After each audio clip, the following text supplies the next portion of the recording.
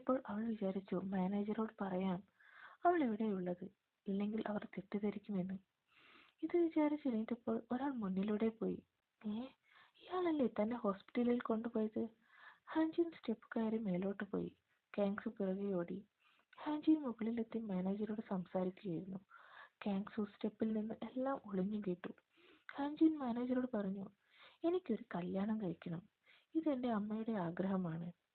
എന്നാൽ ഞാൻ വിവാഹം ചെയ്യുന്ന ആൾ ലീഗൽ കോൺട്രാക്ടിന് സമ്മതിക്കണം. വരുന്ന ആൾ എന്റെ അമ്മയ്ക്ക് കരൾ പകുത്തു നൽകണം. കോൺട്രാക്ട് കഴിയുന്നവരെ എന്റെ ഭാര്യയെ താമസിക്കണം. ഇത് കേട്ട മാനേജർ, നീ പറയുന്നത് എന്താണെന്നറിയാമോ? കോൺട്രാക്ട് മാരേജ് ചെയ്ത് കരൾ പകുത്തു നൽകണം എന്നാണ്.